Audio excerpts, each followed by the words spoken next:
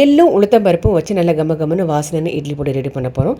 ஒரு போல் நம்ம இப்போ வறுத்து எடுக்க போகிறோம். ஃபஸ்ட்டு வந்து 100 கிராம் வெள்ளை உளுந்து நல்லா வறுத்து எடுத்துக்க போகிறோம். இந்த மாதிரி கலர் மாறின பிறகு அதை பிளேட்டில் மாற்றின பிறகு நம்ம வந்து வெள்ளை எள்ளு கருப்பு எள்ளு அதையும் நல்லா வறுத்து எடுத்துக்கலாம்.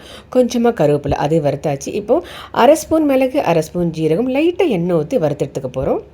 இதை வறுத்தாச்சு. இப்போ வந்து காரத்துக்கு வரமிளகா இது ரெடி ஆகிடுச்சு.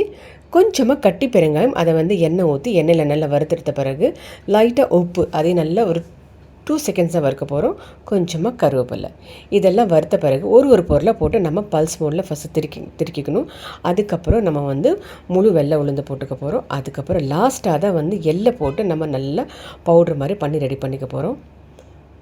அவ்வளோதாங்க, நம்ம இட்லி பொடி ரெடி ஆயிடுச்சு. நல்ல கமகமான வாசனையோட இட்லி தோசை கூட சர்வ் பண்ணுங்கள். ரெசிபி பிடிச்சிச்சின்னா ட்ரை பண்ணி பாருங்கள். ஃபஸ்ட் டைம் எங்கள் சேனலில் பார்க்குறவங்க சப்ஸ்கிரைப் பண்ணலன்னா சப்ஸ்கிரைப் பண்ணிக்கோங்க. Happy cooking.